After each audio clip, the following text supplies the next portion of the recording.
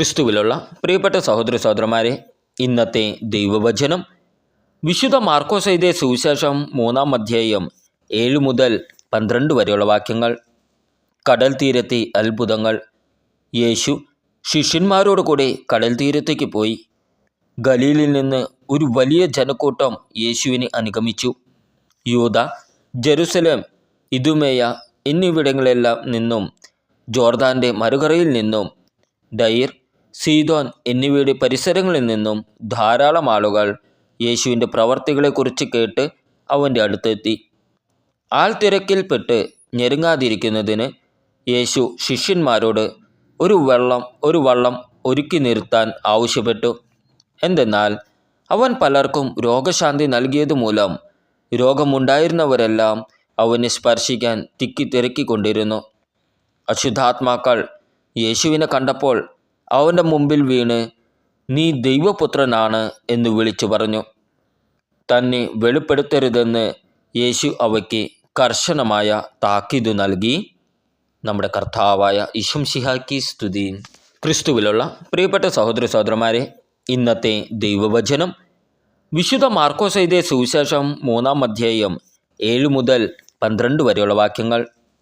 കടൽ തീരത്തെ അത്ഭുതങ്ങൾ. യേശു ശിഷ്യന്മാരോട് കൂടെ കടൽ തീരത്തേക്ക് പോയി. ഗലീലിൽ നിന്ന് ഒരു വലിയ ജനക്കൂട്ടം യേശുവിനെ അനുഗമിച്ചു.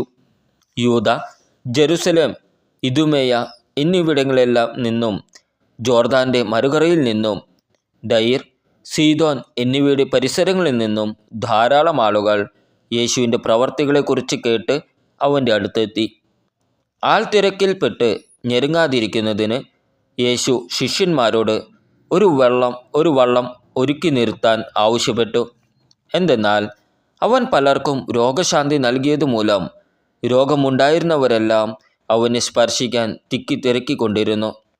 അശുദ്ധാത്മാക്കൾ യേശുവിനെ കണ്ടപ്പോൾ അവൻ്റെ മുമ്പിൽ വീണ്, "നീ ദൈവപുത്രനാണ്" എന്ന് വിളിച്ചു പറഞ്ഞു. തന്നെ വെളിപ്പെടുത്തരുതെന്ന് യേശു അവയ്ക്ക് കർശനമായ താക്കീത് നൽകി.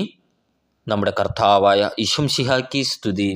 ക്രിസ്തുവിലുള്ള പ്രിയപ്പെട്ട സഹോദര സഹോദരന്മാരെ, ഇന്നത്തെ ദൈവവചനം വിശുദ്ധ മാർക്കോസ് എഴുതിയ സുവിശേഷം 3-ാം അധ്യായം 7 മുതൽ 12 വരെയുള്ള വാക്യങ്ങൾ.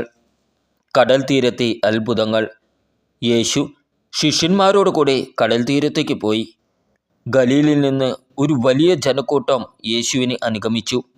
യൂദ, ജെറുസലേം, ഇദുമേയ എന്നിവിടങ്ങളെല്ലാം നിന്നും, ജോർദാൻ്റെ മറുകരയിൽ നിന്നും, ദയീർ, സീദോൻ എന്നിവയുടെ പരിസരങ്ങളിൽ നിന്നും ധാരാളം ആളുകൾ യേശുവിൻ്റെ പ്രവർത്തികളെക്കുറിച്ച് കേട്ട് അവൻ്റെ അടുത്തെത്തി. ആൾത്തിരക്കിൽപ്പെട്ട് ഞെരുങ്ങാതിരിക്കുന്നതിന് യേശു ശിഷ്യന്മാരോട് ഒരു വള്ളം ഒരുക്കി നിർത്താൻ ആവശ്യപ്പെട്ടു.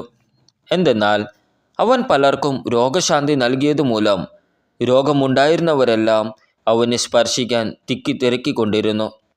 അശുദ്ധാത്മാക്കൾ യേശുവിനെ കണ്ടപ്പോൾ അവൻ്റെ മുമ്പിൽ വീണ്, "നീ ദൈവപുത്രനാണ്" എന്ന് വിളിച്ചു പറഞ്ഞു.